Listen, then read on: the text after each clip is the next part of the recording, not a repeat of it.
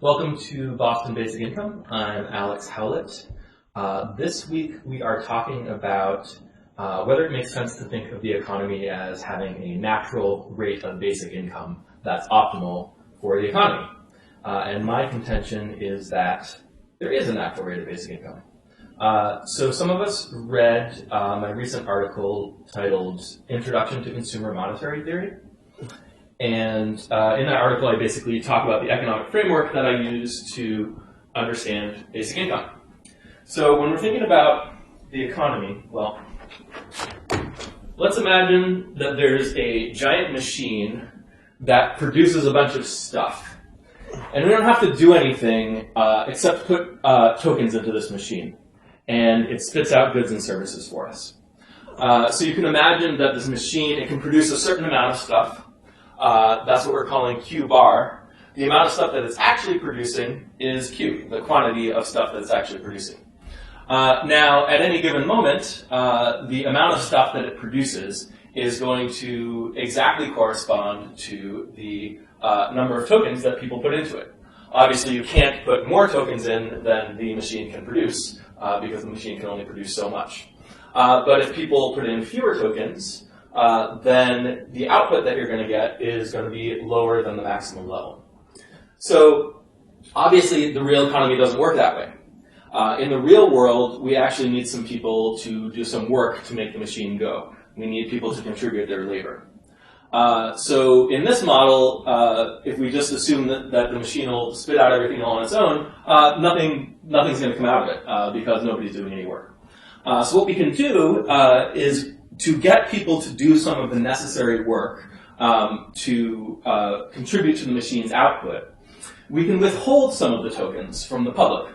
We can say, okay, everybody gets fewer tokens now, but if you contribute your labor, you'll get some of the tokens back. So that's reflected here. So instead of giving everyone the maximum amount of tokens, in order to get this amount of spending power, you have to earn it through wages. And then the rest, of course, you can still give everybody the tokens. So that's the basic income here. So the question is, how many tokens do you have to withhold from people in order to get them to do the necessary labor in the economy? And the answer to that question, we don't know the exact number, but the answer to that question is what determines the natural level of basic income. So instead of saying how many tokens, how much money should we withhold from people, how much income should we withhold from people, we can ask it from the other direction. We can say how much income can we give to people while still having enough incentive for the economy to produce everything it's capable of producing. So I've drawn this handy little diagram over here. So on this axis, you've got the quantity of output. Q bar, again, is the productive capacity of the economy. And then on this axis, we've got a continuum between 100% labor, so everyone's working 100% of their time, and then 100% leisure. So this is like working in the labor market. So 100% leisure, you're not contributing anything to the labor market. So as you can see, this is the line of economic output. If you're at 100% leisure, you've got this problem over here where nobody's contributing any labor and the economy is not producing anything. If you've got 100% labor, you've got a similar problem because now nobody has any time to sleep or eat or anything like that. So the economy doesn't produce anything. In either case, everybody dies in the end. So what you want to do is you want to find this optimal balance between labor and leisure. And if you saw our free ridership discussion, the free rider problem, the 100% labor end of the spectrum is a free rider opportunity. There's opportunity for more free riding, opportunity for more leisure. If we're at the 100% leisure end of the spectrum, that is the free rider problem. We need people to be doing more work. So there is kind of an optimal balance there. And my hunch, and I'm pretty confident of this, is that the optimal level of basic income for the economy is not zero. So the goal, or what we would like to do, is ideally find what this amount is, what the optimal level of basic income is, what the natural level of basic income is. And what I tend to advocate is calibrating, starting small and gradually increasing the basic income until you get to the point where the economic machine is pretty much producing everything it can for people. So I've got a couple equations up here. Oh, I missed so much. Yeah, I know, you missed the whole explanation. Oh, no. Yeah. Did you see him out there? Is he out there? He only came in and then he left. Really? Yeah. Hold on, I'll check. Yeah. So, yeah, don't worry about it. He'll be back. I don't want to... He's probably in the bathroom. He left his stuff there. I don't want to derail things too much, but No, that's is fine. there a way to summarize it a little bit? Yeah, no, it's good because I went over it kind of fast. Okay. So you can interrupt me with questions if you want. Mm-hmm. So what I did was I started with imagining the economy as a machine that produces goods and services for people. Okay, yeah. And then people have these money tokens that they can pop into the machine and goods and services pop out. So there's a maximum level of output for the economy, so that's Q bar. And then this is what the output actually is. And at any given time, the output has to match the number of tokens that go into the machine, right? And then there's a limit to how many tokens can go in. The problem is that in order to achieve maximum economic output, you actually need people to be performing labor. So what we can do is instead of giving people the full amount of tokens, the full amount of income, money that you could potentially give them, you reduce that amount to give people an incentive to earn it back through jobs and wages. So that's here. So then once you've lowered the amount enough to achieve the economy's maximum output, then you achieve the natural level of basic income for the economy, right? And then the other way to think about it, of course, is that instead of withholding money from people, withholding income from people, you can think of it as adding to the zero income that we give them right now. Yeah. Right. Yeah, I like that a lot. Yeah. And then this diagram here, just to go over it again, I've got two axes here. This is economic output again. And then this is a continuum from 100% labor to 100% leisure. If everybody's working 100% of their time, they're not sleeping or not eating, they die. There's no economic output. If everybody's sitting around not contributing any labor, same thing, everybody dies, right? But then there's this point in the middle where you kind of reach maximum economic output, and again, that's Q bar. That's the maximum output for the economy, and that again is going to be your natural level of basic income. So that's basically what I went over before you got in here. And then the remaining thing is that I want to point out that what I'm assuming here is that the price level stays the same. The same amount of money that you spend into the machine gets the same amount of stuff out. And that is what we see with these equations here. So this is R equals PQ, or P bar. So P bar is the price level. So that's the average price of things you can get out of the economic machine. And then what we would want is so R is the consumer spending level, and Q is again economic output. So what we want to bring the consumer spending level, which is this here, we want to bring it to the maximum, which corresponds to the maximum level of economic output. So all of that is pretty straightforward. I'm just realizing I hope you don't have to resummarize all this a third time. Yeah. Mojo comes back. Yeah, we'll see. We'll test him and see if he can figure it out on his own. Yeah. Yeah. If anyone on the live stream has any questions, let me know. Oh yeah, it's a big percent, isn't it? Yeah. So here I have three diagrams. They can see this when they can. They can see it. You guys can see it pretty well, right? It's not perfect. So we have to go through this a third time. I just waited to summarize for me and then realized it's. Yeah. So quickly, this is going to be really quick. Just interrupt me if you don't understand. Yeah, we're live. Yeah, we're live. Oh, sorry. Yeah. You're not on camera. You're not on camera. So I don't need to put my clothes back on. You don't need to put your clothes back on.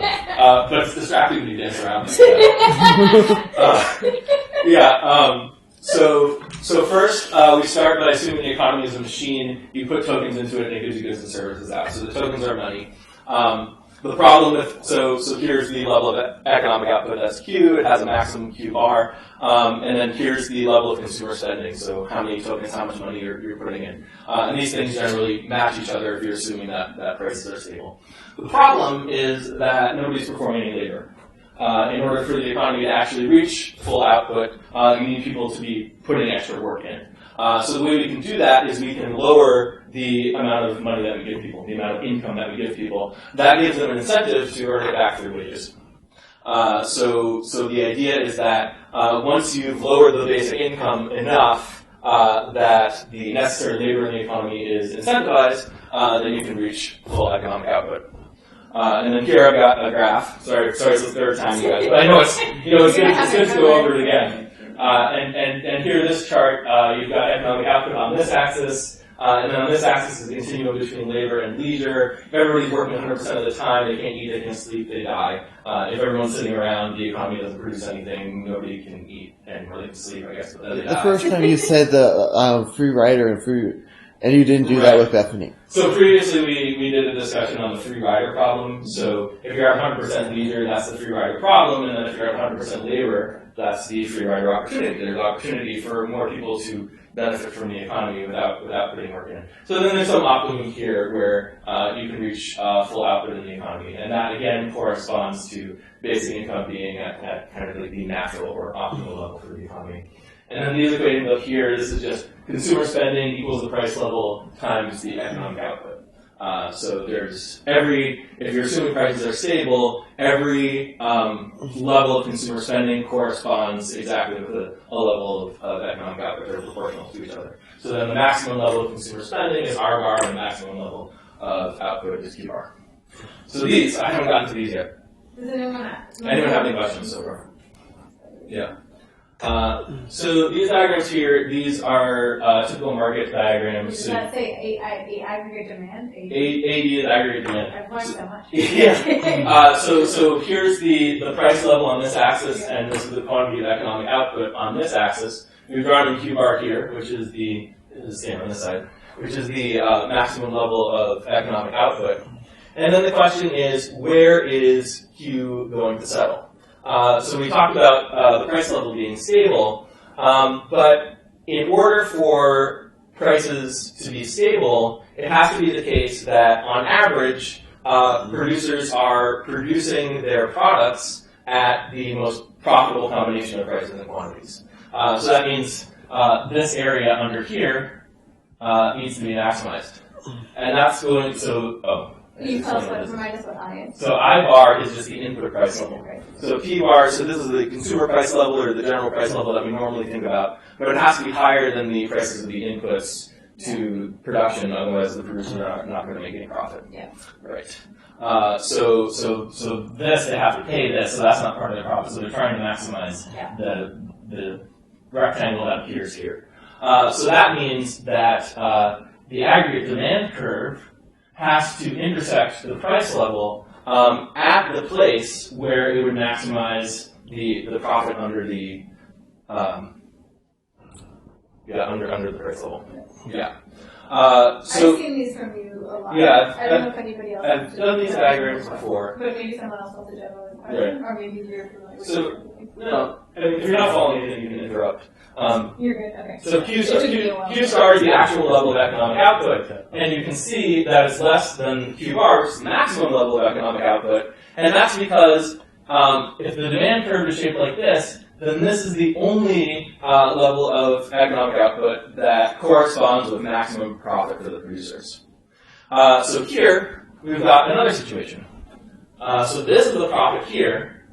And the reason we're able to bring output all the way up to Q bar over here is because the aggregate demand curve is shallower. So that means that more people are willing to buy more stuff at lower prices. It's profitable for producers to keep their prices lower at higher quantities rather than keeping their prices higher at lower quantities. And then this is the opposite of that. Now you've got a situation where if producers raise their price a little bit, they're not going to lose that many. They're not going to lose that many customers. They're not going to lose that much demand. They're not going to lose that many sales. So they really have an incentive there to maximize their profit. They're keeping their quantities very low, and their price is relatively high compared to what they could be. Now, the thing to keep in mind is that in all of these diagrams, the price and quantity, the price level and the level of economic output, are at the most profitable levels for producers. The difference is the demand. So if more people want to buy things at current prices, then that makes it more profitable for producers to produce more things at current prices. So this is, just keep this in mind, that this kind of always has to be true if the price level is stable. And we can refer back to this when we talk about how the central bank keeps the price level stable, which is by influencing the slope of this aggregate demand curve. So, Alex, could you clarify what in here is like canonical and accepted by all economists, and what in here is new?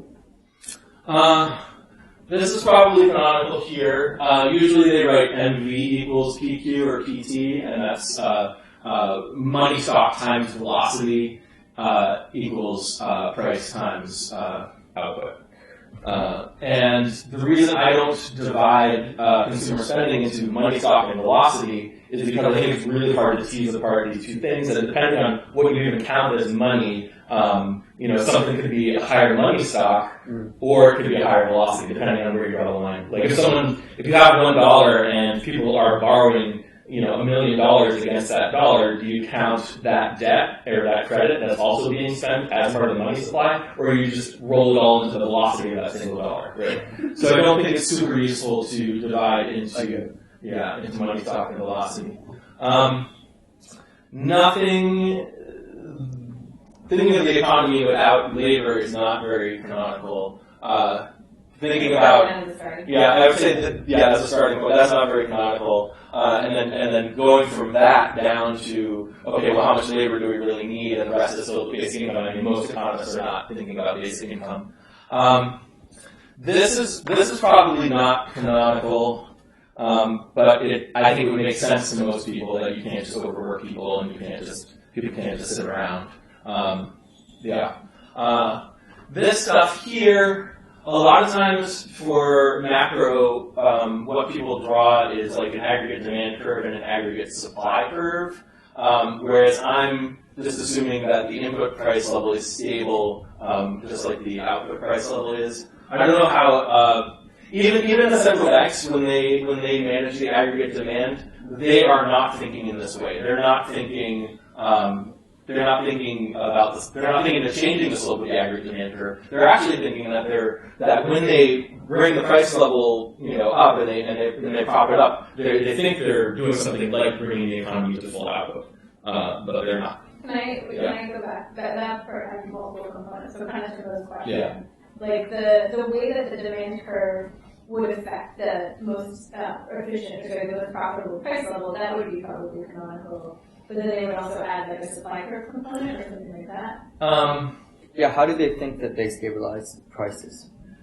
So what they think is that they do think they're affecting the level of consumer spending in the economy, and they think they generally talk about it as if there's inflation, then that means the economy is going beyond full output, because it can't handle the level of consumer spending. But it's not just the level of consumer spending, it's the distribution of consumer spending and the distribution of demand that matters. So, but how would they show this in a graph if they're not shifting? Draw that above the leisure thing. Leisure and labor thing. So they probably, you guys have seen, they think about, they're thinking about the money supply as a stock rather than a flow. So they have like the ISLM curve, which you guys may have seen. That's kind of like basic macroeconomic model. But in terms of like aggregate demand, aggregate supply, it usually looks, something like this. And then, you kind of, as, let's say demand shifts, this is demand, and this is supply. Let's say demand, that's backwards, this is supply. So let's say demand shifts this way, then you've got, your original quantity and your original price. I've seen them shift demand and supply curves. What I haven't seen is, what happens when you try to stabilize prices by, reducing interest rates.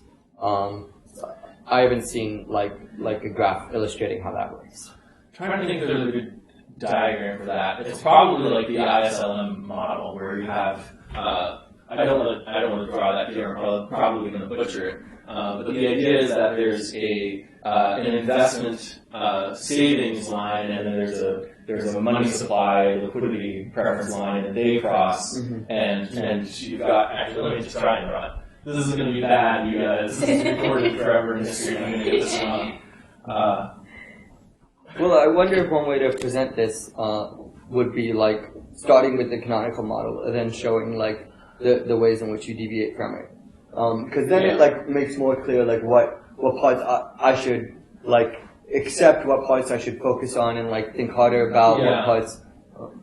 I mean, that's going to be tough. I think the canonical model gets so much stuff wrong that I don't even start there. But generally speaking, what you've got is you've got like. But the goal is to convince people who know of and trust the canonical model. Is that? Well, nobody really trusts ISLM anymore. Everybody learns it in intro to macro. But you think everybody who's thinking about this problem like invents their own like model from scratch?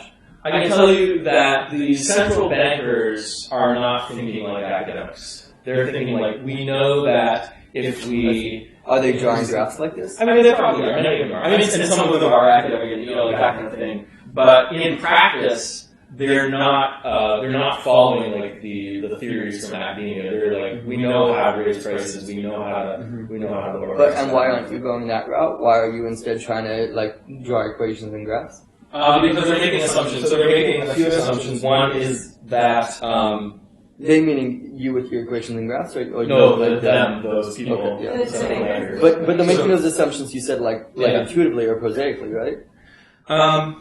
Yeah, and based on some stuff that comes from theory. But why is it your goal then just to attack those assumptions as opposed to like create models? Well, I can attack those assumptions now. I think it's friendlier to just describe this, and then it's more straightforward. But you can attack the assumptions. So let me attack the assumptions now. So one of the assumptions is that full employment, or some notion of full employment, corresponds with full economic output.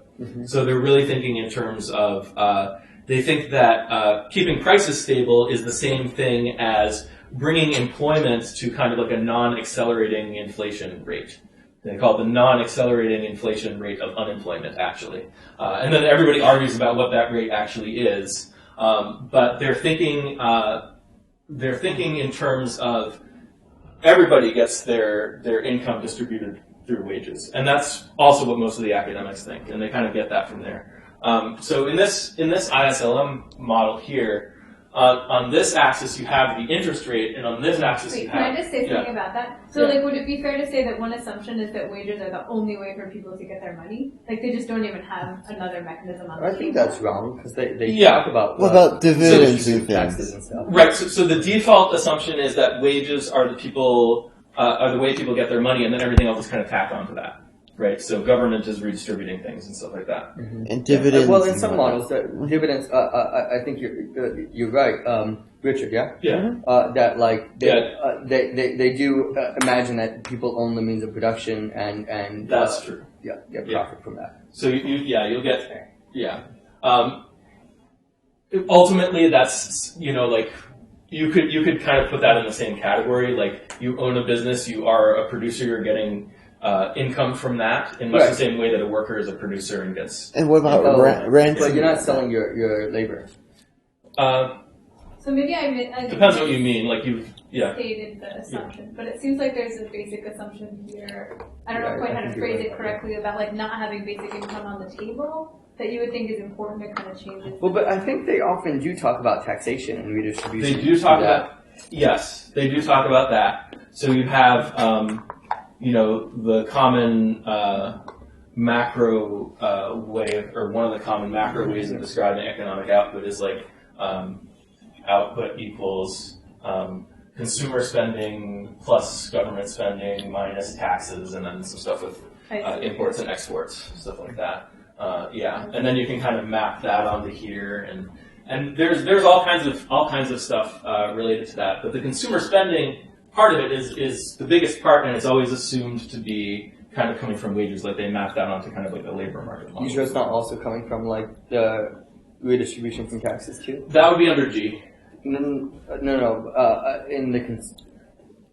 the consumer spending, presumably there's a budget constraint. Oh, I see. And presumably in that budget constraint, they also allow for transfer payments. Yeah, so that could be part of it. This isn't this is all stuff I've seen before, but it's not how I usually think about it.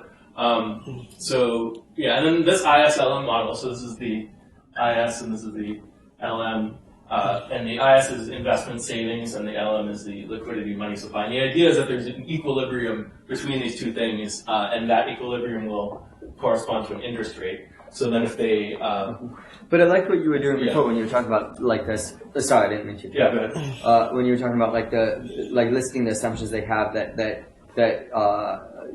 you don't like. Yeah. Well, I don't mean to distract you if you weren't going in this direction, but I'd be curious to hear that list. Yeah. So let me break some down. One, income from wages. And then another one, which I actually get into in my article, is that money supply is a stock. There's an amount of money out there that's kind of determining the price level. Money supply is a stock. And then the third big one, which is related, what was I about to say? Income from wages, money supply is a stock. What does that mean, money supply is a stock as opposed to what? Stock rather than a flow. So everywhere in economics, supply and demand are flows, like how much stuff is produced or sold in a certain amount of time, demand is how much stuff people want. You're claiming you believe it is a flow, or you're claiming you believe it's a stock? These are the things that are wrong. That he disagrees with, yeah. Yeah, So these are assumptions. Bad assumptions. Alex has a very diplomatic style. Yeah. Maybe it would be helpful, I don't want to derail you from your list, but Yeah. to explain a little bit why it matters whether you think about it as like a stock or a flow, and what that really means. Right. So the price is what you pay for the thing you buy, right? So the aggregate of that is the spending that occurs on all of the economic output. So that's a flow. How much money is flowing through the economy at any given time. So that's what determines the price level. But there's this assumption that there's kind of a certain amount of money in the economy and it just keeps circulating. So when you make that assumption, then the amount of money can be a proxy for the level of spending. So that was what I was talking about here, where they break the spending. I mean, don't they also talk about the velocity of money? Right. So they break. The reason they talk about the velocity of money is the reason they even broke spending into the velocity and the money stock is because they wanted to say things like, well, the velocity is generally, stays steady, or, it sometimes it changes a little bit, but for reasons unrelated to the things we care about, that kind of thing. Yeah. But money supply is also the thing the Fed controls. Like, they could print more money or burn some money. Sort of. They can influence the level of spending in the economy. So if we're thinking of the money supply as a flow rather than a stock, then I would say, yes, that's accurate. If we're thinking about money supply as a stock, the Fed controls certain things. Like they can tweak the amount of base money that's in the economy by selling bonds in the open market and stuff like that. One thing I learned from this money and banking class though that he's really into by Gary Merling is that so much of what we think of as the money in the economy is built off of that money stock and expanded off of it by the banking sector. Right. And so in a way the government controls the base of it, but it gets into be this big. Yeah, we agree that. Yeah, we agree they don't have full control. So but I imagine they have more control over the stock than the velocity. You could argue that they have more control over the stock than the velocity, depending on where you draw the line between what's the stock and what's the velocity. What they do have control over and what they ultimately need to tweak is the level of spending in the economy. So that's why I focus on that. And then you don't even have to think about what counts as part of the money stock or what you're attributing to velocity, that kind of thing. Yeah. But presumably also stock is easier to manipulate if you're trying to cheat. like if the government wants to like pay off its war debt, they could print more bills if they want. Yeah. And so historically, that's been like the thing that they manipulate. Maybe because it's like the cheatable part. I think if you're thinking about the economy, if you've got an economy the size of the United States, and you've got institutions that basically issue the currency, then the only sense in which the United States government borrows is by issuing treasury securities, and then the Fed comes in and decides how many of those treasury securities are going to be out on the open market, buys up the excess in order to control interest rates. I mean, that's presumably what they do mostly now, but like another technique that they've done in the past is like, if they want to spend more now, what they do is they'll just print more and then spend it and then worry about inflation later. And I would argue that borrowing money is equivalent to government borrowing money is equivalent to printing money. Right. I would say there's not really a connection between what happens now and what happens later. Mm-hmm. Like if the economy has productive capacity to produce things for people to buy with the money that's out there, that's all that matters. It doesn't matter that the government borrowed a bunch of money or printed a bunch of money 10 years ago or something like that. Unless it like affects and it's right. It's important to keep in mind that in general, when the government prints money and it goes into the economy, it doesn't just stay in the economy, right? Like I was saying before, money doesn't just keep circulating. It flows through the financial sector, it flows through the productive economy, and then maybe it goes into the financial sector. Maybe some of it leaks back out through investments in real production, that kind of thing. But by and large, there are people who are accumulating money in the economy, and this isn't a bad thing. They have an incentive to earn a profit, and they want to hold more money than they spend, and that's fine. It means there's room to provide more money for other people. So we're always printing money to provide spending power to consumers. One of the questions is, do we want the government to be printing that money directly, or do we want the Fed to stimulate the financial sector and have the banks print the money? Because the money printing is happening either way. It's not something that really needs to be paid back, it eventually has to kind of be removed, but that can be removed into people hoards and stuff like that. Yeah. So I feel like number 3, which is maybe kind of similar to number 2, is what you're talking about, which is that one assumption you don't share is that money circulates. Because you have this idea of money accumulating and needing to be replaced. Yeah, I think that's... We'll fold that into 2. I don't remember what 3 was, but we'll leave that 3 there in case I think of it later. So I don't know, are you satisfied with any of this, Moshe? It's still hard for me, but it's sufficiently hard for me that it's hard for me to pinpoint where it's hard for me. Right. Yeah. Just a corollary, because I think Mo and I are both in academia, it's also been intuitive for me to want you to list your assumptions, list the assumptions that you disagree with, and kind of attack, as a way of thinking about it, and maybe even throw in for credibility, whoever does happen to agree with you. Because a lot of the ones who disagree, it's somebody does agree with them as well. Here's one. Taxes, funds, government spending. Right. So if you are a very small government, like the government of the city or something like that, you are not a currency issuer. So you in order to spend, you either have to get your money from somewhere or you have to borrow, and your capacity to borrow is limited by your credit. And it's also true that the United States government's capacity to borrow is limited by their credit, but they have a lot more credit, and a lot of their debt is monetized as money, right? As the money that we spend in our economy.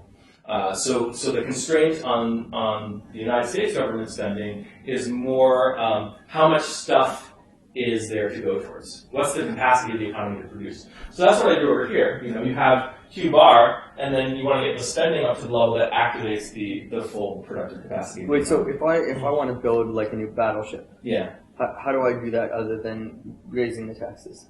Yeah, so what needs to happen in order to build a new battleship is you've got to get a bunch of steel, a bunch of labor, all this stuff. Mm-hmm. So the question is that stuff out there in the economy?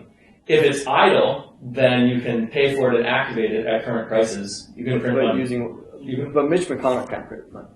Mitch McConnell. Like all he can do is like write a budget. So if you're talking about legal constraints, the way our government is currently structured. So the way our government is currently structured, what they have to do is they have to borrow the money by issuing treasury securities, and then the private sector, the private financial sector, buys up those treasury securities, and then the Fed says, "Oh, is there the right amount of treasury securities out there for the level of interest rates we want?" And they buy up any excess or not, depending on what their monetary policy is. So those actions all taken together are exactly equivalent to printing money. Mm-hmm. So if the Fed printed $4 quadrillion and spent it into a hole in the ground, that does not affect the economy. If the Fed borrows $4 quadrillion and spends it into a hole in the ground, it also does not affect the economy, except in the sense... So your claim is like, on average, if I want to build a new battleship, the more battleships I build, the higher taxes have to be. You think that claim on average is not true? That claim on average is not true. Where taxes could come into play is if your economy starts running out of steel to build the battleships, then you can start taxing steel to free up some of that resource so you can build the battleships. Right? What matters is the real resources that are available to the economy. Does that make sense? I think I understand your claim. Yeah. Right. I wrote a blog post a while ago saying the wrong thing to tax is money, because money itself, that's arbitrary. What matters is whether there's stuff to buy. So you can use taxes to free up more stuff for the government to buy if you want to. Yeah. So I know you often talk about how the constraint is kind of the production in the economy in general. So if we extract from like this example of like a specific battleship and kind of think about like the amount of government spending, like the amount of spending that the government wants to do. Right. If they started to be up against kind of like resource limits, like they're up against Q-bar, so such that if they spend more money, it's going to cause inflation, which I think is the way he thinks of like overspending, like the consequence of overspending. Right. So that you end up with inflation because there's no more production. I think that's something that everyone would agree with, that overspending causes inflation. Definitely. I would just say that printing money is not necessarily overspending. And any time the government spends, they're adding money to a part of the economy that didn't have it before, right? So taxing Bill Gates or Jeff Bezos doesn't automatically free up that capacity. But I had capacity. sort of gotten to the part of my question, so I was kind of efficient. But I guess I'm wondering if you would think at that point, like, if you just want to reduce consumer spending so that you, the government, can do that spending because you're at Q-bar, like, couldn't that look like the kind of taxing that we usually see where we basically just like tax people's incomes? I agree that it's not as targeted as like what you're talking about with taxing like resources and so on. But wouldn't it be an approximation if you're kind of at Q-bar? If you're at Q-bar, you couldn't just tax money arbitrarily. No, taxing incomes or taxing consumption should both have that effect, right? Both of those are going to limit the amount of like production goods that make it to the people. Right. If you tax rich people, that money probably wasn't going to go through the productive economy anyway. Don't worry, we're not doing that. Yeah. Well, yeah. Should not be concerned. And if you tax the consumers directly, then that lowers their consumption and frees up more resources for production. So that's kind of what I mean. If you tax carbon. If you tax carbon, that would reduce the productive capacity of the economy because now that's a resource that's that part we agree with. Yeah. If you tax, it would also reduce the amount of production of goods that create negative externalities. Yes. So it's something that still might be worthwhile to do because you're taxing to conserve resources. Also, not to be concerned. Yeah, not a big deal. So let me say a couple more things, which is that if your tax is a head tax, which is essentially a reduction in the basic income, then that frees up productive capacity. If your tax is something like a progressive income tax or something like that, that might have incentive effects in the economy that actually reduce the available production, or something like that. Mm-hmm. It's hard to know. Yeah, I think that all of what you just said, I think economists would agree with. Yes. And so I guess just to summarize it in my own words, kind of the flip side of the fact that you feel like the more evenly you kind of add the money, the more it increases the demand for production. The more evenly you subtract the money, the more it decreases the demand for production. The more evenly you add the money, the flatter the demand curve is. That's what this is over here. So if you're adding the money evenly, that keeps the demand curve flatter, or if you're subtracting the money evenly, that keeps the demand curve flatter and allows us to achieve a higher level of economic output. If you So basically, the reverse situation we're talking about is one where you want to reduce the demand for economic output because you, the government, want to spend more. And you're already at P bar. So and I think the way to do that is to lower the basic income. And that's for government spending in general, like you want the market to be able to produce stuff and an incentive for people to earn wages and offer their labor in the market, but you also want to provide an incentive for people to, work for the government, to provide labor for the government. And you might want to, at the same time, this would also reduce not only the amount so it changes the labor incentive, but it also reduces the amount of income people get. So instead of making up that income again, it can reduce the overall amount of consumption and free up other resources that aren't labor. Yeah. So it frees up labor and other resources. Yeah. Yep.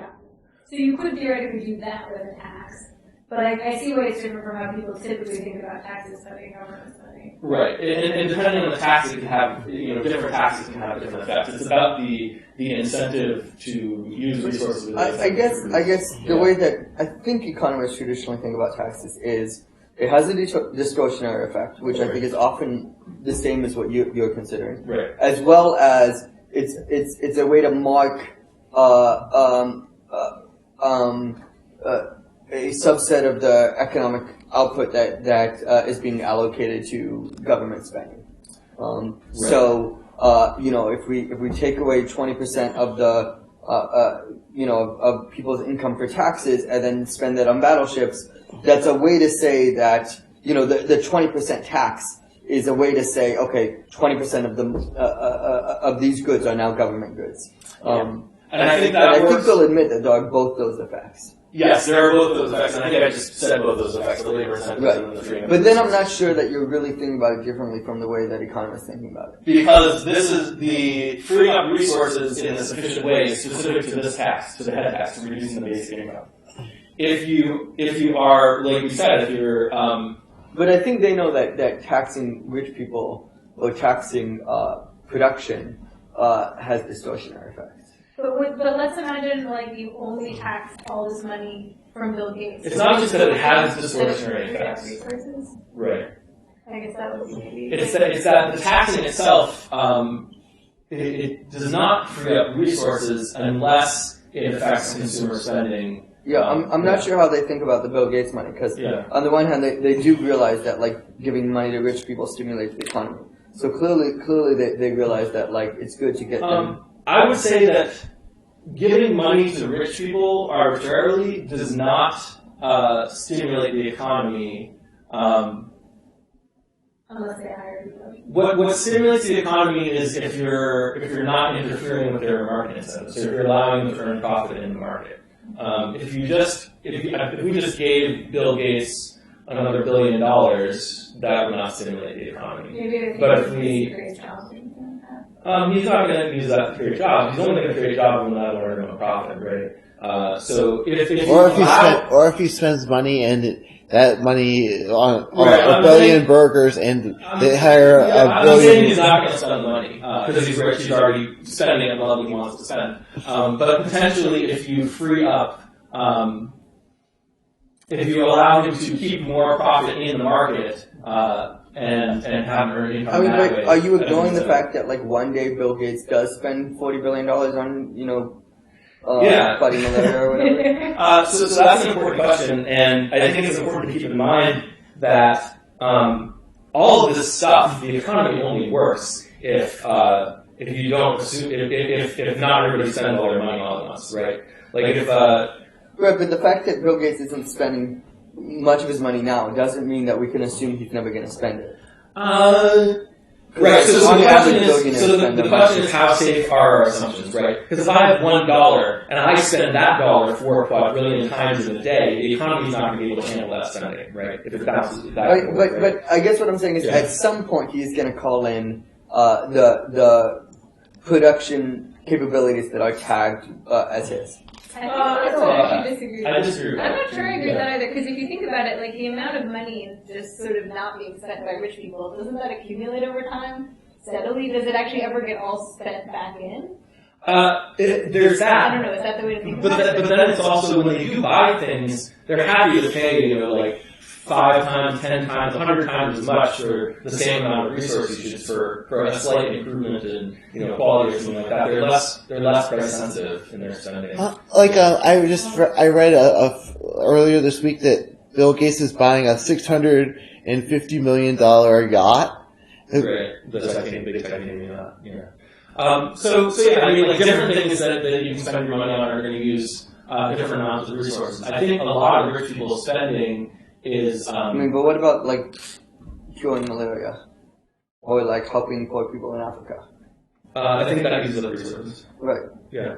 But you don't think billionaires spend their money on that, or like big buildings that big university libraries? I think they do spend their money on that. I don't think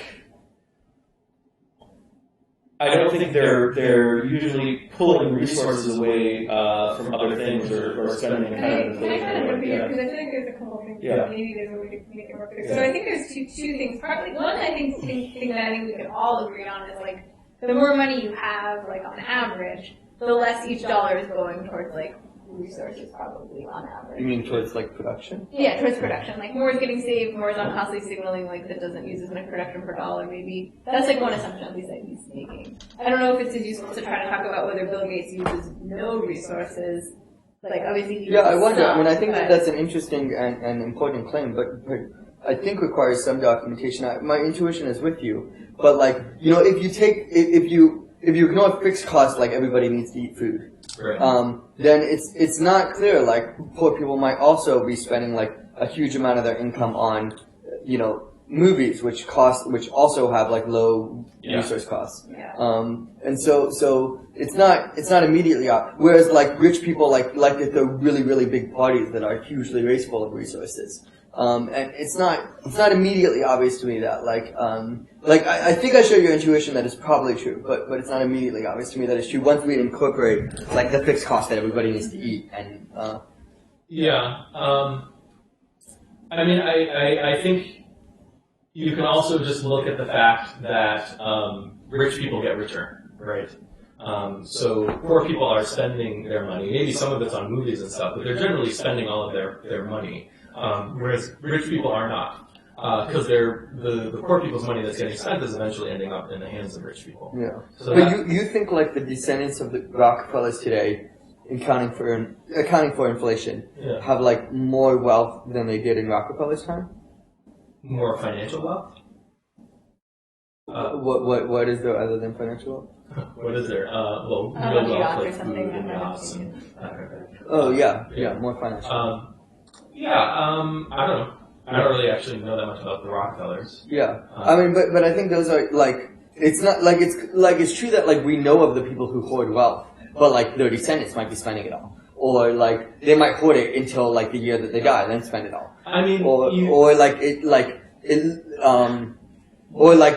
it randomly fluctuates. So like they have 40 billion today. But then, tomorrow it's somebody else who has 40 billion because their stocks went down, and the wealth class has hoards. But wouldn't that be the question? Wouldn't it be is the total amount of financial wealth going up over time? That seems like no. But I think there's a different question from if the billionaires. You can come up with all these. What about? You can come up with all these what about questions? Like what about if they're spending on this or that? And that's all fine. But something to keep in mind that's happening, that's really happening in the real world, is that we're overstimulating the financial sector to prop up consumer spending, and then it's becoming more brittle, and you get like a credit collapse. We have this expanding and collapsing. That's like a separate point, though. No, right? It's not a separate point because that's making up for the fact that consumers are the money is not recycling back to ordinary consumers. Yeah. Right. But your claim is that we don't get to spend. The government doesn't get to spend more money just by taxing the rich. And I think that's a powerful, provocative claim that I'm pushing a bit on. In that, it seems like there are several assumptions there that I'm not sure of. Yeah. So I guess the example that actually Richard brought up earlier that I like to use is if people are buying hamburgers and eating hamburgers, and you want them to be able to eat more hamburgers, the economy has to have the capacity to produce those hamburgers for them. Bill Gates isn't going to buy 1 million hamburgers. So taking money away from Bill... I don't think that example is going to satisfy Mo, because I think he's thinking at a more macro level about resources being able to be somewhat fungible with each other. I'm just establishing that this is the story of if I'm right, this is what's happening, right? Yeah. That's all I'm doing here. And you have to hire a bunch of people to make the hamburgers as well. So we're not worrying about that right now. If the economy had the capacity to produce more hamburgers for people, then you can give them more income to buy hamburgers. If it doesn't, then you can't. Yeah, I'm just wondering if he's taking the like land that would be used to grow the cows to make the hamburgers, right. And instead what he's doing is he's making a beautiful view for his like mansion. Right. And so he has like all this land that's not being used for hamburgers because he owns it and gets to decide what to do on it, right. And he just wants a view. Yes. Okay. So you know what I'm saying, and I know what you're saying, and it's my contention that he's not doing that.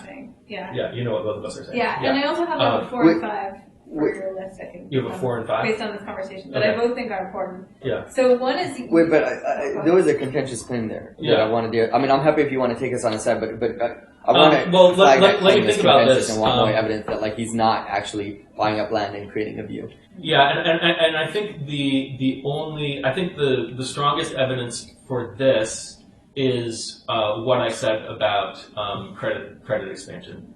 That we're compensating for something because we're giving people more money and it's not coming. So hold on, this is kind of where my 4 and 5 come in because there's like several different things wrapped into that. Yeah. So one thing that you think that not everybody thinks is that like. Oh, I do have to go on 2 minutes. Okay, let me say one of them. Point, One of them that you think is going on is that we're not at Q bar, which like partly explains why we'd be compensating for something.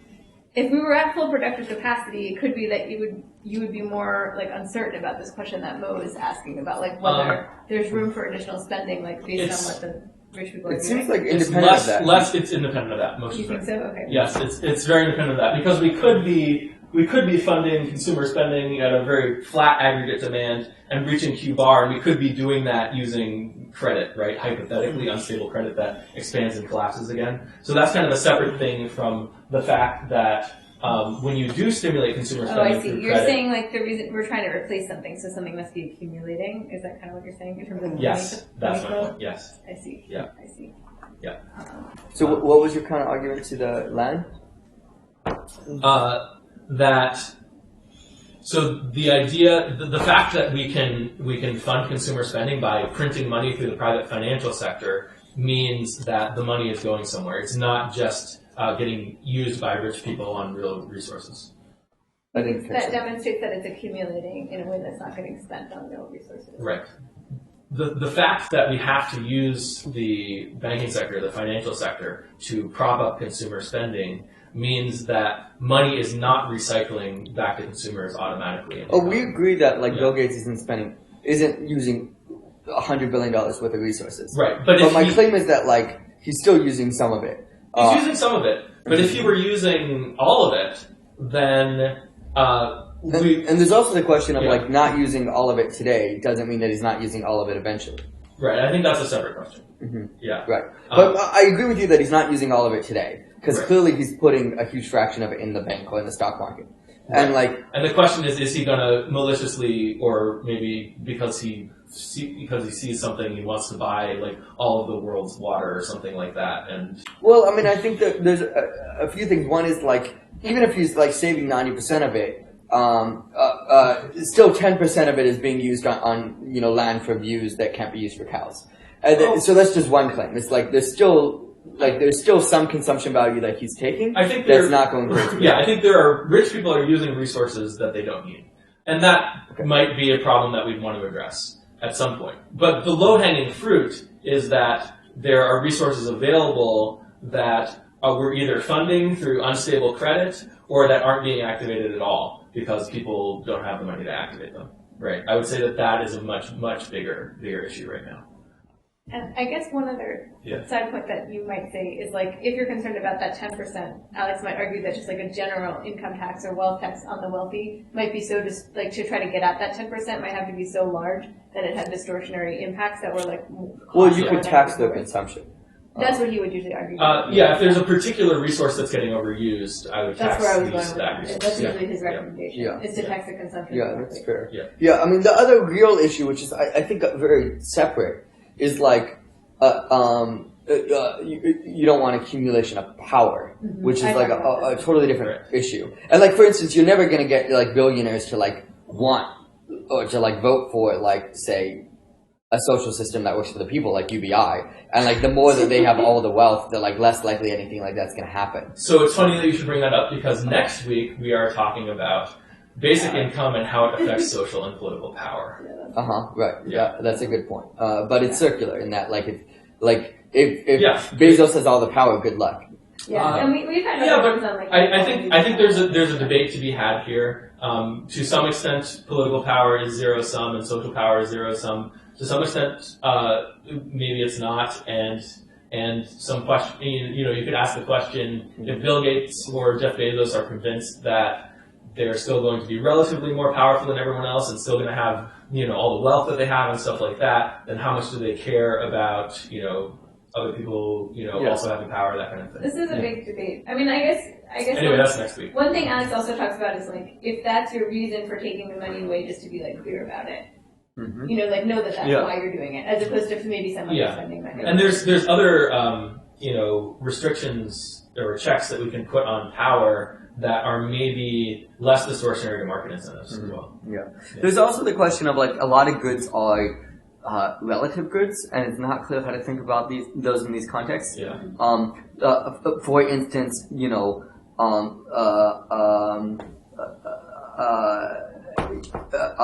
Bezos gets all the like status in society, the Bezoses.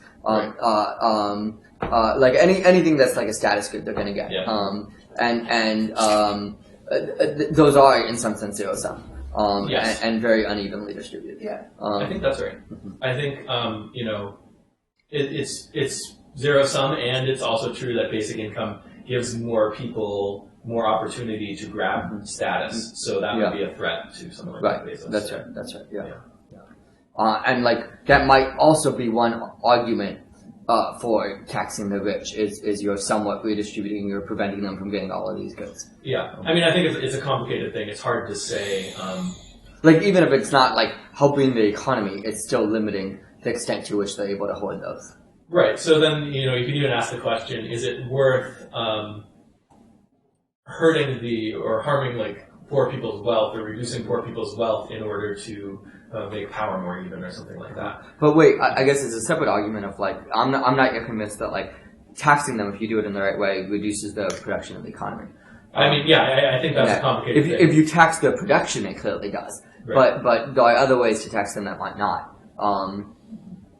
Like their consumption directly. Right. Or like, well, I mean, you were saying like a lot of the money is just going unused.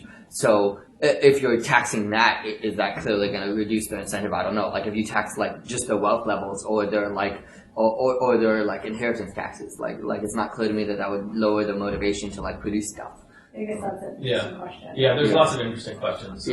I would be shocked if that had a meaningful effect on their motivation. Like, I mean, the real issue is then they move to a country which has less of that. But like, ignoring mobility, like it seems to me like the sufficiently, like, the main motivation, because they're not using this money, is just like to be able to say they're the richest, which like happens if all rich people lose. But that provides very little social cost.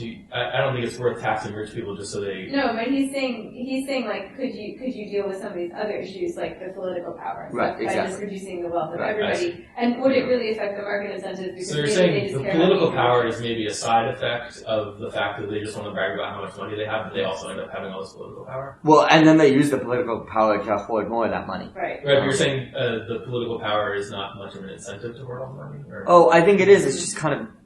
No, I think they would lose that incentive, but like we kind of want them to lose that incentive. It might be worth it, even if it affects the economy a little bit, like you were talking about. Right. Yeah, all worth discussing. We can get it. I mean, I think we're on the same page about these kinds of trade-offs. I think it's a slightly different question than how Alex sees like dollar for dollar like tax spending versus for that you could use like democracy dollars or government funded, publicly funded campaigns. Those would help too. Yeah, overturning Citizens United might help. That would be a good start. Yeah. Yeah, I agree with all those Did things. you know Andrew Yang's kind of like basically giving people money just to spend on campaigns? Yeah, and that's not an original idea. Yeah. In Europe, in Europe, at least in France, but I'm pretty sure all of Europe does it this way, where like the government gives people like a specific money for their campaigns, and you need to do something to qualify, but then everybody's like flat. Yeah. No, this is giving money to citizens that they can use only to donate to campaigns. Oh, I understand. Okay, that is a different idea, although it would have it would have a slightly different effect, but it deals with the same problem. It's also a good idea, but I'm also satisfied with the way Europe does it. America is just on the backwards country. Okay. See you later, Moshe. See you. Sorry, I have to leave it. Yeah, that's fine. Good to have you. So, anyone have any more thoughts before we get into the article? There's an article. You guys gonna get started? Yeah, right. Well, the article is your article this time. This is just my article, and most of you already read it. So, Yeah. But it's not overlap with what you have on the board? It is. Okay. Yeah. So this is. Oh, you're just gonna get into like quotes from that. Yeah. Right. So some of this stuff is a little bit beyond what's in the article, but the article relates. He's got more of these like diagrams in his longer paper and stuff. Right. Cool. Yeah. Okay, see you guys. Ciao. Oh, you forgot your gloves. Oh, thank you. Yeah, it's true. I wanted to add my 4 and 5 on there. I was Yeah, what are put your them 4 out and there 5? to see if you would add them. Yeah. So I think one that's really big for you, and maybe you think it comes out of the others, but is that we're not already at production capacity. Yes. That's a really different assumption. I think other economists don't always make that assumption. That might have been what I was intending to write down for free. So I would write that down before you forget it. It's so good. Okay. Problem that I don't have to move. Yeah, you just keep going down the whole side there. I guess everybody's seen Above this. the P and the P and I over P and things. Everybody's seen this. We know what this is. Yeah. Mhm. You want me to This take is you pretty pictures so straightforward. you've got it? There's a recording of it. Oh yeah, that's true. Yeah. But you have to go through the recording to find it. I also copied it from a piece of paper, so I have a piece of paper with it on it. Alright. For what was it again? We're not already at, or like, the thing you disagree with is that we're at full production already. We're at full output Q bar. Yeah, and then the idea that the fact that we're experiencing inflation is a sign that we're at full output. Yeah. You know, that's I would like a go for corollary that. to that, yeah. Or said. Yeah. And then I guess for 5, I'll see if this is the 5 you were saying, that full output means full employment. Oh, that wasn't one, but I like it. Yeah. That's a good one. And then I have 6. Possible 6. You may think it's already. Output equals full employment. These two things are not the same. And that's actually the chart that I removed. Right. Some people, so let me talk about full employment for a second. Some people say that full employment is when nobody is involuntarily unemployed. So involuntary unemployment assumes that there's some going wage for labor, there's a going rate for people's labor, and people want to work at that rate and are unable to find jobs at that rate. If you don't assume that there's going or desirable rate for labor, then there's no such thing as involuntary unemployment because people aren't working because nobody's paying them enough and there's just an equilibrium. Yeah. And then so the other one I was going to put is that like $1 spent is always equal to basically, like on average is always the same amount of, claiming the same amount of production from the economy. I don't think that's something that's Other people assume, okay, yeah. No. I feel like lay people think about it like that when they think about taxes, but maybe not economists. Yeah, I mean, economists think about, money being spent over and over again and cycling through the economy and kind of that it spreads out over time, so any given time that it's spent might not be super important, and there are transfers and stuff like that, but overall, there's a certain amount of money and it has a certain amount of velocity with respect to the production of the economy. I guess what this list also makes me wonder for your future writing Yeah. is like whether because I can think of even more, like there's just a lot of these. I wonder if there's something fundamental out of which, like, you know, a lot of their assumptions come and a lot of your different assumptions come. Do you see what I mean? Yeah. I mean, I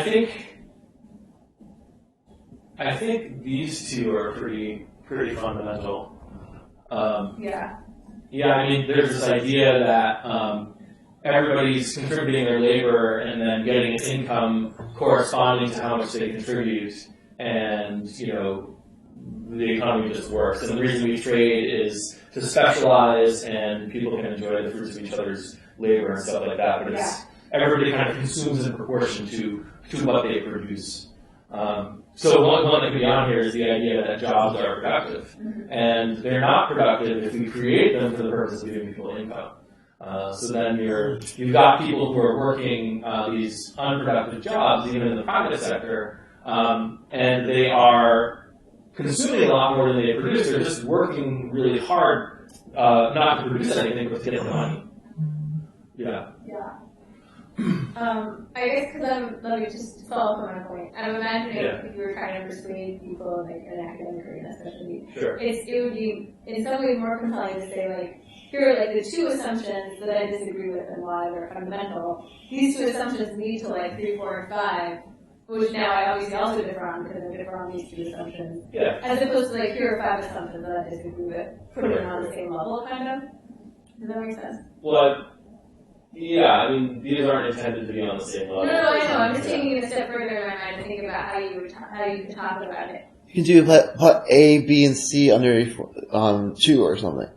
Yeah, I mean, some of them come from a combination of other things. I think the biggest thing is that the idea that jobs are good for the economy and people need jobs. I think most of the other stuff is related to that. Like, rethinking about what we want out of the economy and thinking of people as consumers rather than producers, and only employing people as necessary for what they produce. I think if you start with that, you have to start questioning a lot of these other things.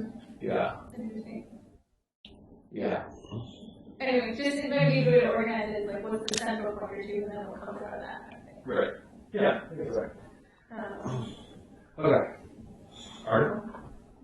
No, you have another point. I'll just follow up on why that's more space. It's probably obvious, but like it makes it seem more reasonable that you would disagree on one fundamental point, and then a lot of things would come out of that, than that you would disagree on like 17 points. Yeah, I mean, I think I usually do when I write stuff. It's more that way. But I guess something, but I mean, if you were trying to write for economists, I think it'd be a little bit different how you framed it. Right.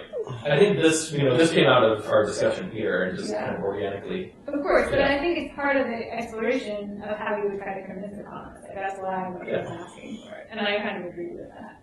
Right. Yeah. So is there something else you want to say? Because you already said that. I don't know. Okay. All right. Cool. I don't know.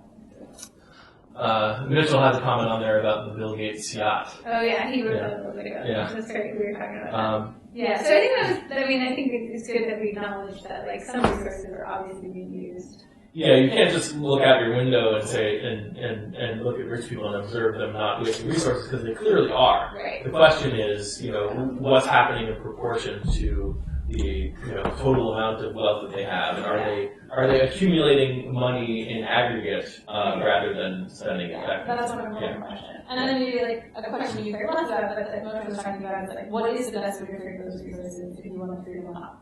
Right. What kind of tax would be the best way, and what kind of response would be the best way? Right. And then do you want to, and then also his other point was, do you want to remove some of their money for power, political power, social power reasons? Yeah. And those are all good questions. Okay. Let's get to some quotes. Let's get into this. Show it to the live stream. Yay. Okay. So this is pretty straightforward. Without someone to consume the economy's products, there's no point in having any products. The consumer is central to the market economy because the people come first. Workers and firms are important only insofar as their products benefit actual people. So I think this is related to the kind of like the primary assumption that I wanted to call into question that we just talked about. But I guess what I have trouble with this, I guess why I wasn't satisfied before, is this doesn't seem like an assumption that economists would disagree with. This kind of seems like just a different point of view Yeah, I mean, I think a lot of the stuff I say, economists wouldn't disagree with. But then you start to run into this problem where it conflicts with kind of the received wisdom in macroeconomics, right? That, we want to increase employment, more jobs are good, and I would say, if you're thinking about jobs and you're thinking of people as workers, then what you end up doing is you're treating them as inputs to the machine. And that's important because we do need some labor input to that machine, but it's a subsidiary purpose. It serves a greater purpose. And the idea of just maximizing the number of inputs we put into the machine is not how we get the best results. Alex is even paraphrasing Adam Smith in the previous quote. Oh yeah, right, that's right. Yeah. I think though, but I guess for me the assumption, even though Mo didn't think they really had this assumption, so I don't know, but it seems like the assumption here in what you're saying is fundamental is that most of people's income is going to come from wages for labor or wages for production or some way you could phrase that. That seems like more the wrong assumption than that we care about people being workers, because that's why we care about people being workers in the traditional way. Or you could say that we think most people's wages come from labor because we care about people being workers, right? It's not clear to me that it's in the other direction. I find that less satisfying, because that just seems like less of a blind spot. We kind of know that people are people, we want them to be happy.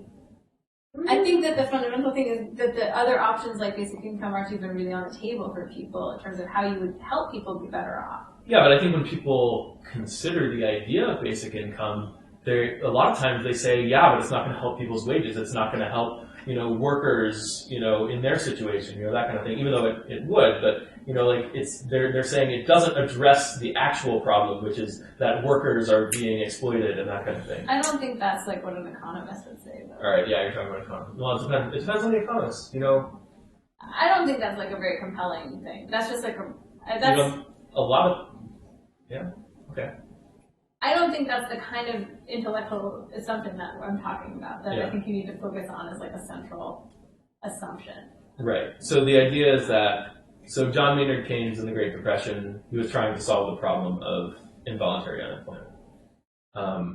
But he was implicitly trying to solve the problem of people not having money. He just didn't say it like that, because he was assuming that you get your money from your job. And that's what he cared about involuntary. So that's why I still feel like maybe he was assuming you get your money from the job because he was assuming that the government can't just print money and hand it out.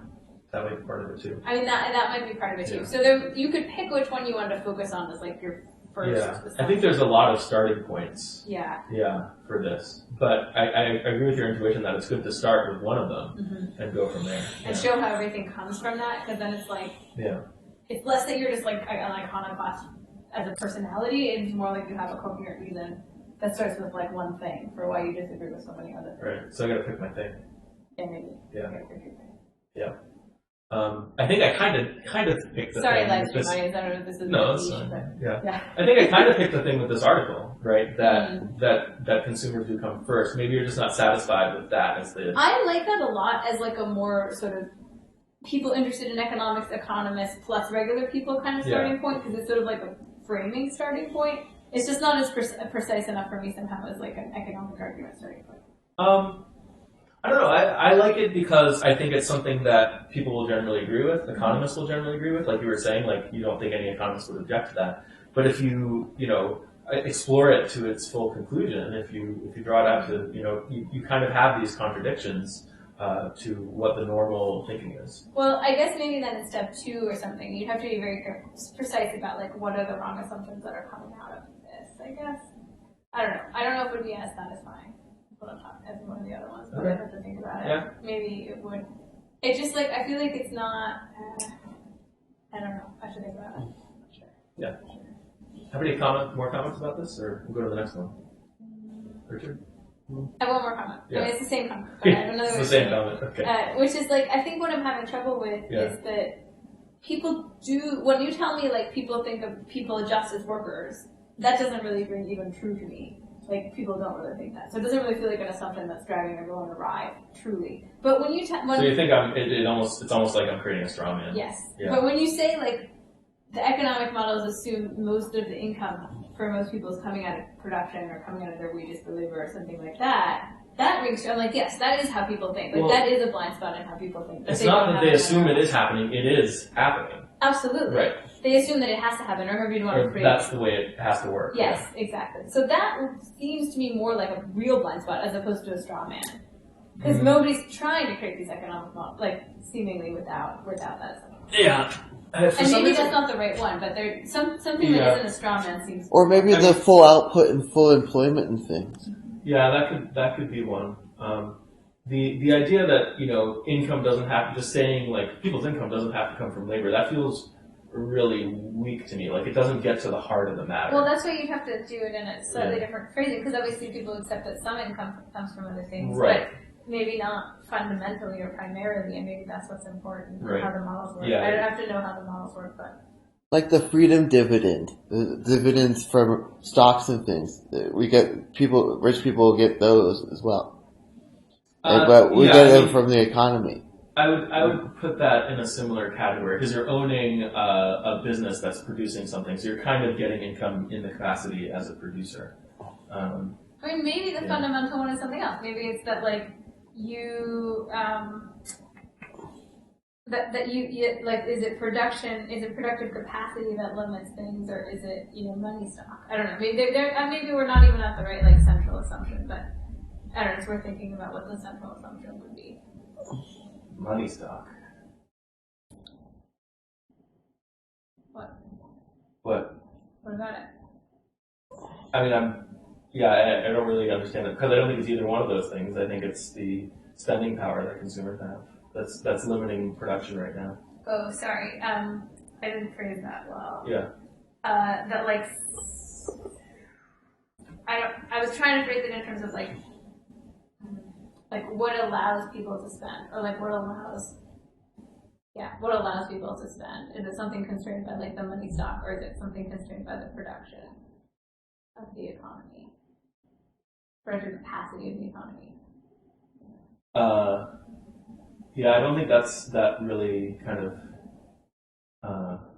lines up with how I think about it. Well, I'm trying to think of maybe, like, why do people think people have to get their income through jobs? Maybe there's, like, a better way to start with the assumption that you think leads to that. Oh, so the idea that the government can't print money without, exactly. Causing inflation or something like that. Something like that, Yeah. But that's not exactly how I want you to phrase the assumption, because that's not cool. I mean, it is an assumption, so there's something kind of behind So you're getting at the idea that people, there's kind of this assumption that people get their income, their wages, they get their income from wages, and those wages come from money that's already in the economy, and it just kind of works. That kind of thing. Like that. Yeah. It's tough actually to figure out exactly what you how you want to phrase it and what you want to start with. Okay. You can see the kind of exercise I'm trying to do in my mind. We don't have to figure it out right now. So this particular quote, you would say that it makes sense to you, but you don't think it's a good starting point.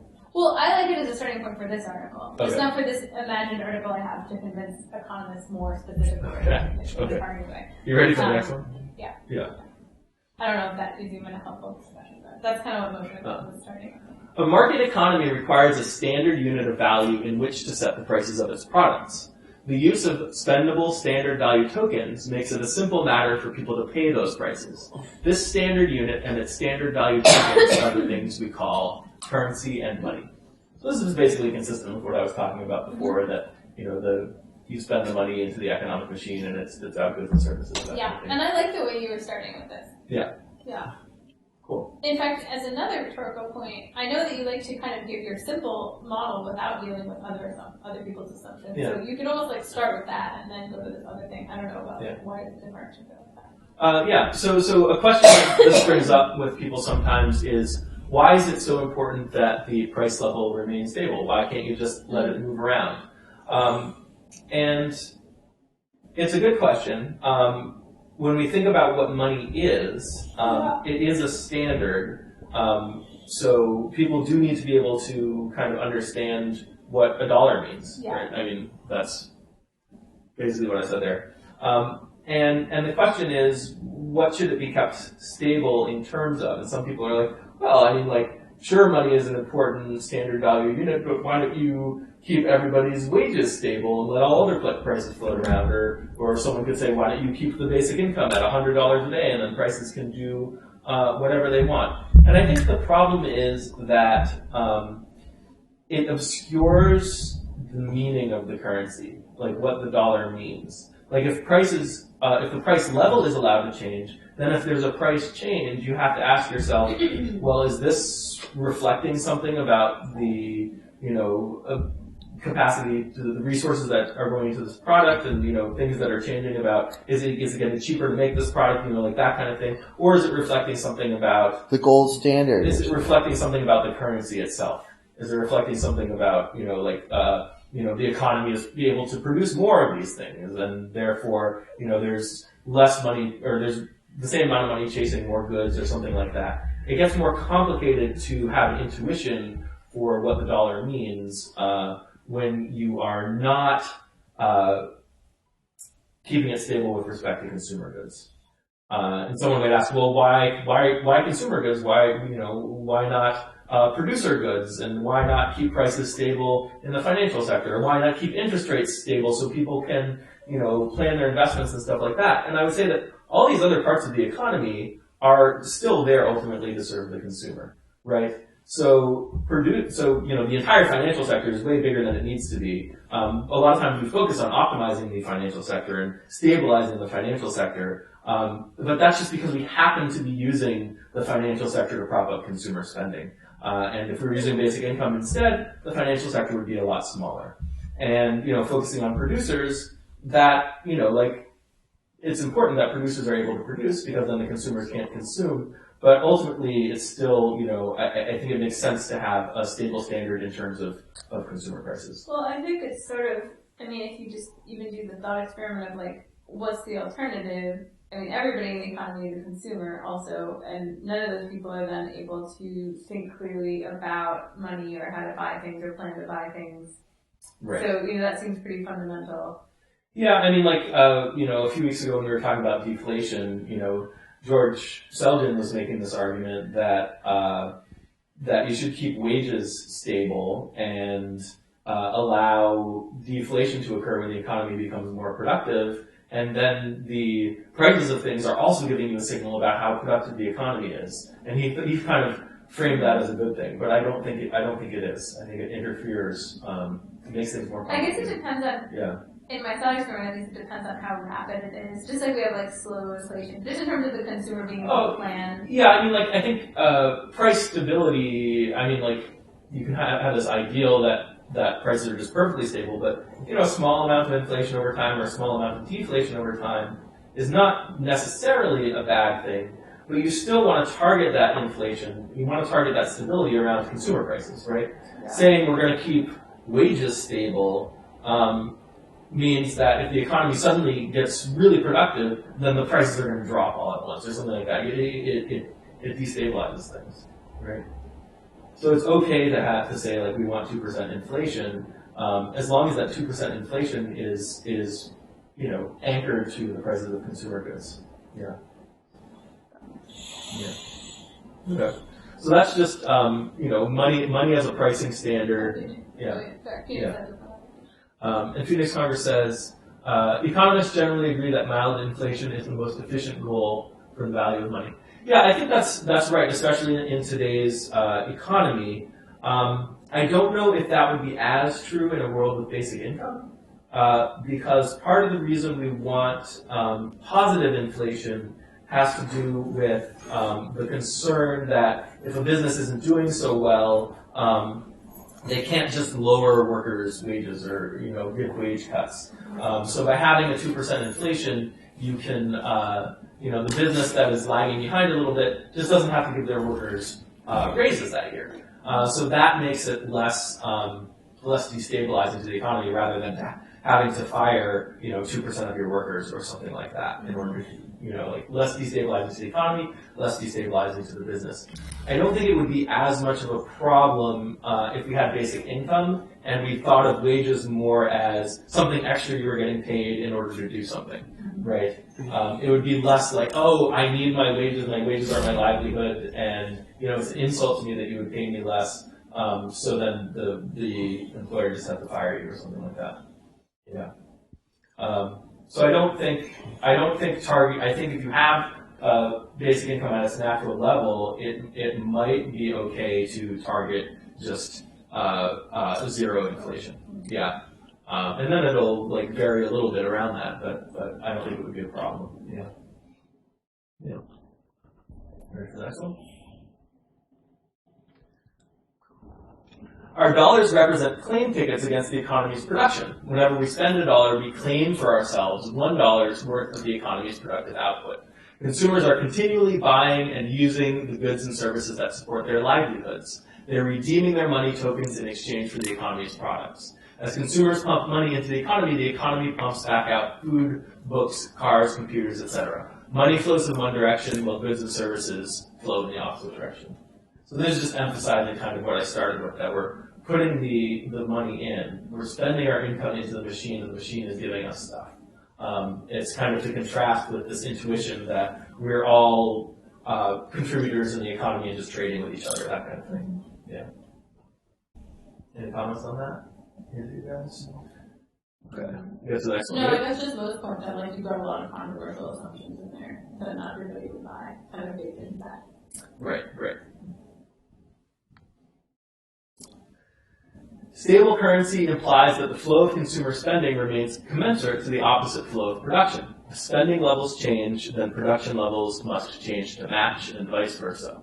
Whenever spending outstrips production, prices increase, we see inflation. Whenever production outstrips spending, prices decrease, we see deflation. So that's kind of just, I said that up there, but it's in the article. And this is sort of a non-controversial part in terms of other economists.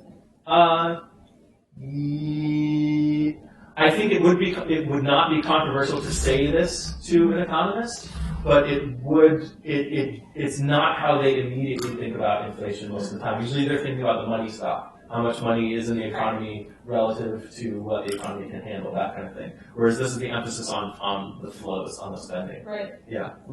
And then Phoenix Congress says, productivity may be part, but the other aspect is that mild inflation encourages consumption, since money will slowly lose value.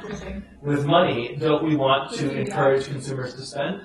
I think mild inflation kind of encourages consumption. I think if the inflation is mild, people aren't thinking as much about it.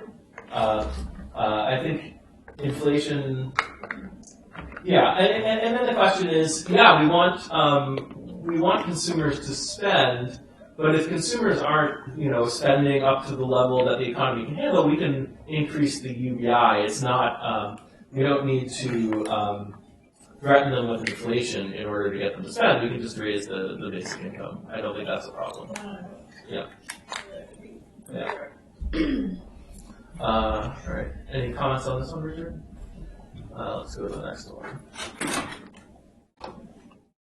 The possibility of accumulating money, financial wealth, acts as an incentive for people to produce in excess of their consumption. People enjoy having the power to claim more goods and services than they'll ever actually claim. This is a feature, not a bug. Producers are motivated by profit to make more than they take. Meanwhile, the rest of us get to take more than we make. In theory, consumers can access some amount of the economy's production without having to work for it. So this is kind of, when I had that chart over there, the continuum between labor and leisure. And, we do need a certain amount of labor in the economy. It doesn't really, like any one person, it doesn't matter whether they happen to be working or not. What matters is that the incentives are such that the right amount of labor is being performed in the economy. And that can be, the government paying for work to be done, and it can also be, the private sector. It's a combination of both. Yeah.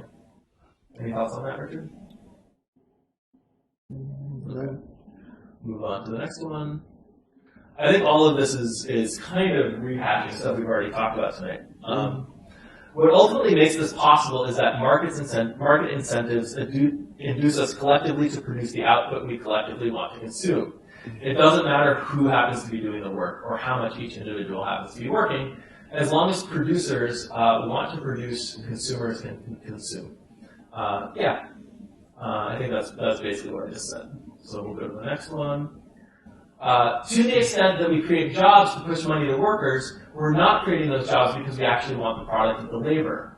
The insidious thing about make work is that it doesn't usually look like make work. Private sector firms aren't generally going to hire workers they don't actually need, but with the goal of job creation, we use economic policy to keep firms alive that would otherwise fail. So I think this is an important intuition that most economists do not immediately have, which is the idea that that there's a lot of labor in the economy that's not productive. Like, they simultaneously hold this view that we want people to be working and that, jobs are productive, we need jobs to produce an economy. And at the same time, they hold the view that we need to create jobs to provide income for people, to prop up consumer spending. And these two things are contradictory of each other. But they would probably say that providing the jobs is also increasing production in the economy. That's what I'm saying, yeah. So that would be the part where it would make sense to them because they think they're being somehow stimulating the creation of these jobs. And the production. They're stimulating production as well. Wouldn't they say that? Isn't that what I just said? That's the contradiction, right? There's a lot of BS jobs. I don't see the contradiction. The contradiction is that at the same time they think they're creating jobs to support consumer income and to prop up demand, and they think that the jobs are productive. Those are the two I don't things. see how that's contradictory.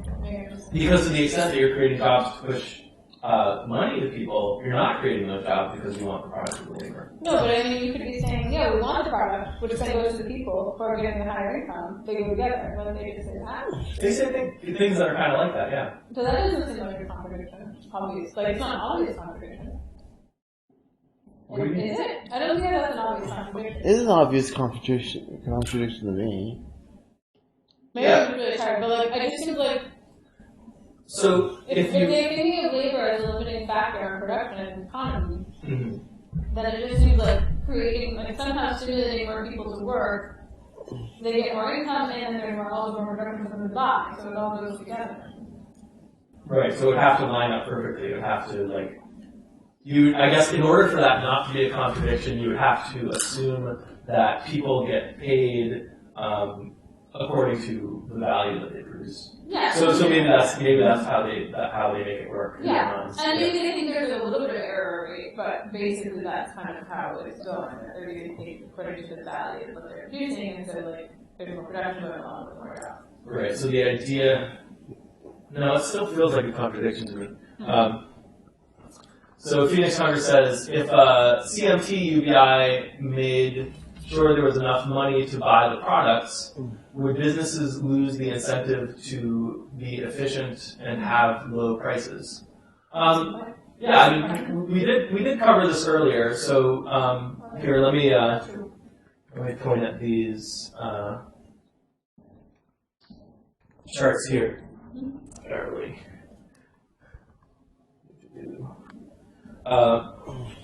So we talked about this earlier, which is how does the Fed keep prices stable? So businesses, they always want to maximize their profit. So here we've got a diagram. I don't know if you looked at these before. We've got the aggregate demand, which is the aggregate quantity of output that consumers want to purchase at any given price. So that's this line. And then this is the price level, and this is the level of output. So everywhere on this curve has a corresponding price level and a corresponding quantity. If you want to achieve a certain price level in the economy, if you're the Fed and you want the price level to be the same as it was last year or something like that, then you have to pick the price level first, but then you have to manipulate the aggregate demand curve so that it intersects the price level at the point where the price and quantity are the most profitable level for producers. So that means that it has to be at the level where the shape of this rectangle is the largest area, right? So if the demand curve looks like this, you're only producing at half of total output. Whereas if you flatten out the demand curve and keep it high enough, Now this is the rectangle that maximizes the profit for producers, and now we're producing at full economic output. So this is the key thing that keeps the price levels stable in the economy. So each individual producer kind of wants to maximize their profit, and collectively producers want to maximize their collective profit as well. So you've got to move around the demand curve just to make sure that it's consistent with the most profitable price level being the one that you want. Does that make sense? It doesn't mean like it, but I don't know if it makes sense at the beginning. So if you have a basic income, the idea, so the topic of this discussion is what's the natural level of basic income for the economy. So that's the one that brings us to full economic output, right? And as you're increasing the basic income, the other thing that happens is that the Fed tightens monetary policy. So that helps flatten out the demand curve as well. Yeah. So that's kind of the answer to that question. I think individual producers, losing the incentive to be efficient and have low prices. They're always going to try to be efficient to the extent that it increases their profit. They always want the maximum. They only want to lower prices generally if the increase in output is going to increase their profit more than the profit they lose from the lower prices. There's also, I haven't brought up competition. There's also competition that happens that keeps prices a little bit lower than if you just look at the profit maximizing. Like these are kind of like monopoly pricing, strategies here.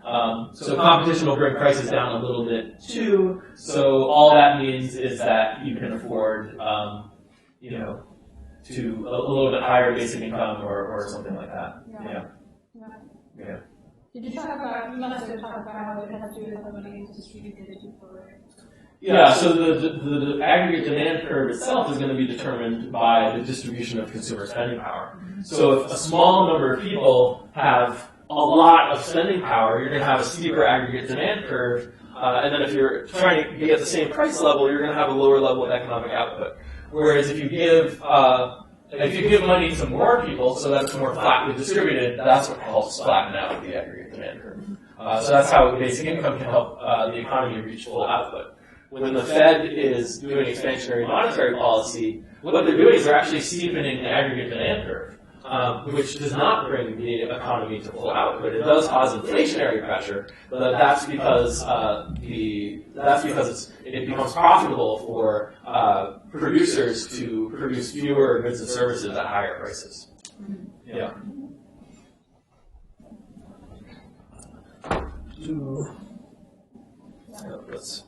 Maybe just because it's already just to give you more of like an intuitive information about this, like intuitive information. Yeah. I made this mistake the other day, and like something I submitted to something. Really? Oh no. Yeah. Oh yeah, I caught it, but it wasn't that bad. Yeah. You just repeated it. Yeah.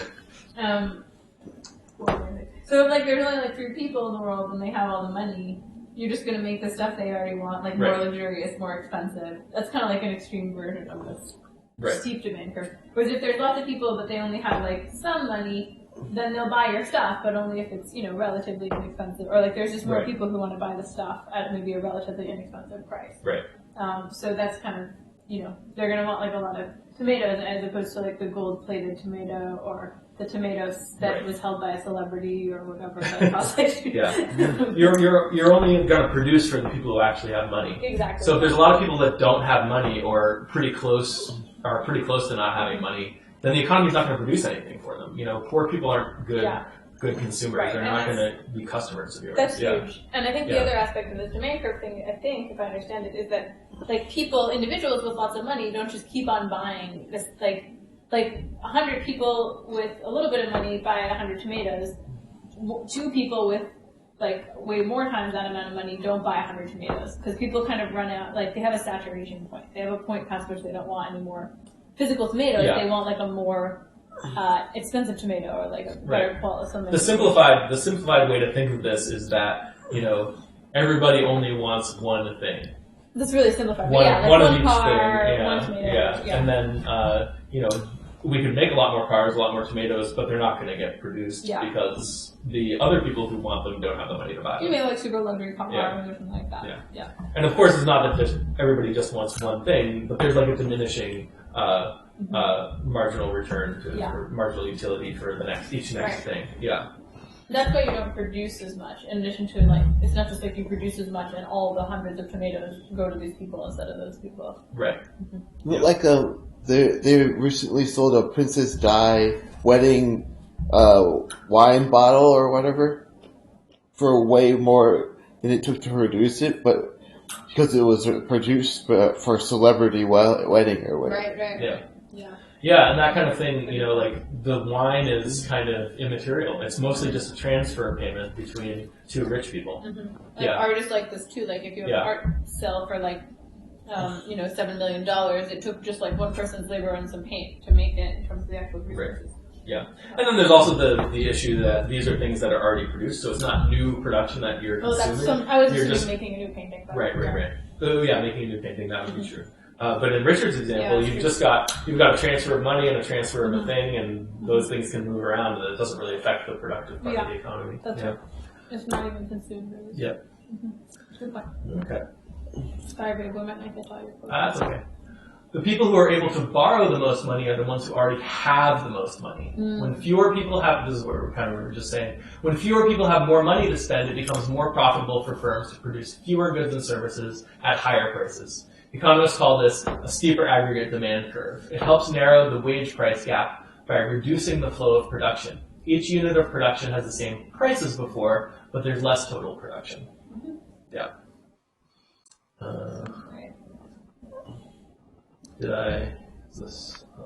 Yes.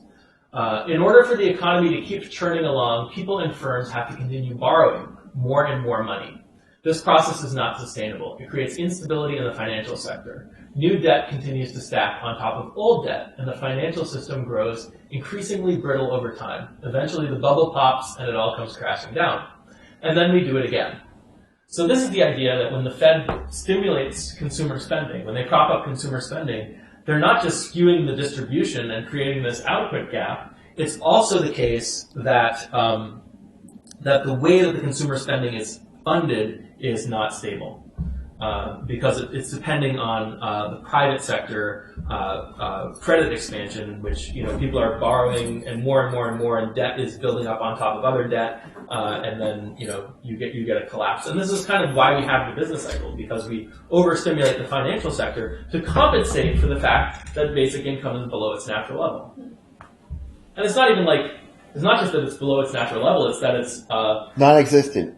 It's non-existent. It's below the level where we would think that consumer spending is any kind of reasonable. Like if we wanted to, we could intentionally keep basic income below its natural level without overstimulating the financial sector. But that would be because we are happy with where consumer spending is, and maybe we want to conserve resources and something like that. There's no reason to overstimulate the financial sector when you're happy with the level of consumer spending. Yeah. Yep. The next one. The financial sector doesn't need to be as big and as complicated as it has become.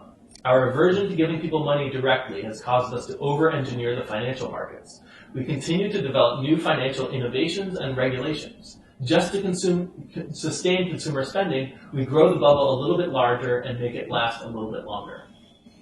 So I think it's important to keep in mind that some of these innovations and some of these new regulations are very much equivalent to the government printing money, right? So when the government created the FDIC, so deposit insurance, what they did was they basically said all that money that banks created, all of those deposits that were lent into existence by banks, it's really government money now.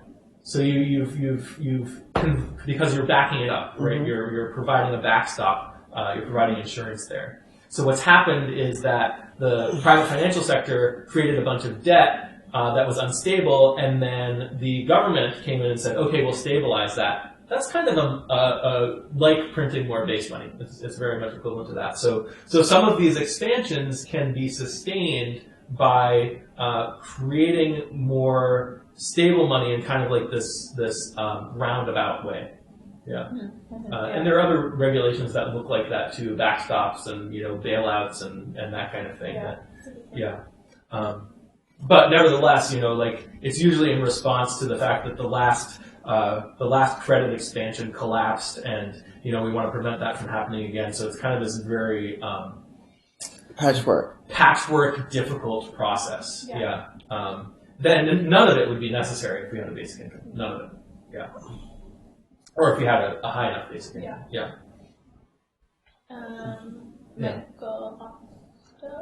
So Michael says, so far as debt, what kind of effect would a policy like student loan forgiveness have? A positive one? Debt jubilee.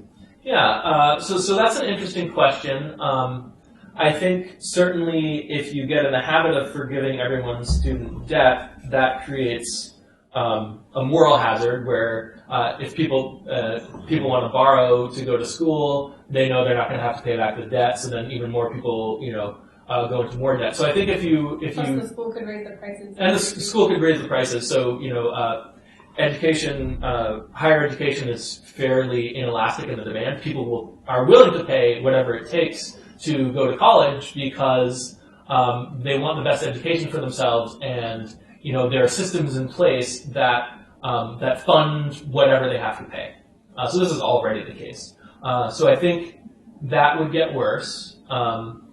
If you want to forgive student loans, then probably what you want to do is also change how the system works in other ways. And then it can be not a bad thing. We can just say, okay, that was silly that we did this whole student loan thing. Your loans are forgiven. Now we'll have a different system for funding higher education or ensuring that everybody gets a really the education that they want, something like that. Yeah.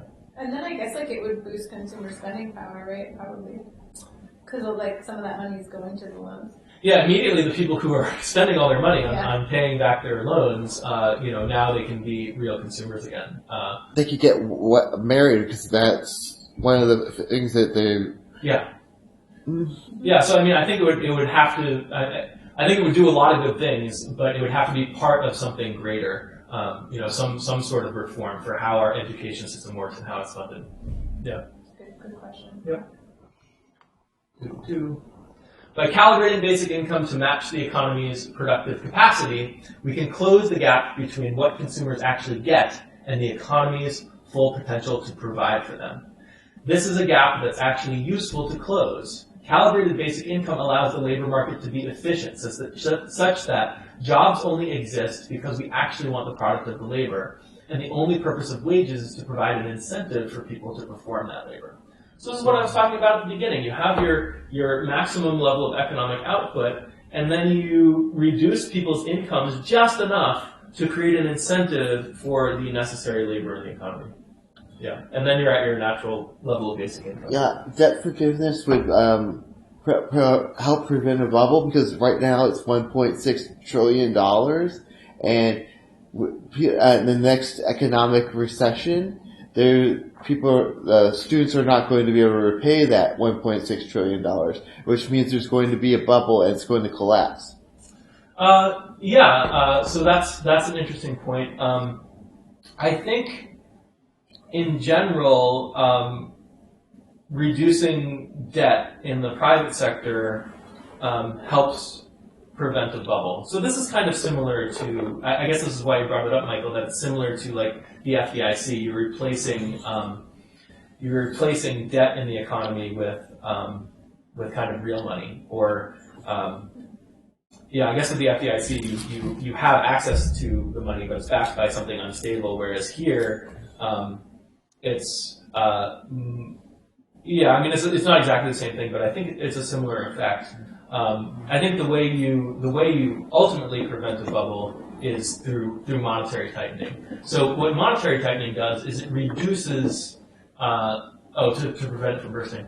I think monetary tightening reduces the amount of debt in the economy overall. It doesn't do it in a friendly way, right? People default on their debts, and it's not necessarily the smoothest thing. So we might, as we tighten monetary policy, we might have a conversation about how do that smoothly. My intuition is that basic income would help, because if you're tightening in response to basic income, then at least people who don't have exorbitant amounts of debt are going to be able to use their basic income to kind of pay back their existing debts, and there doesn't need to be as much borrowing in the economy and that kind of stuff. So, yeah. I guess we'll skip to the last one now because we're at the end. Our intuition tells us that money perpetually circulates through the economy, but that's not the reality. Our intuition tells us that the economy is more productive if everyone's a worker, but that's not the reality. And trying to make it our reality by reaching for full employment only causes problems. We prop up consumer spending by overstimulating the financial sector. So, yeah, thanks.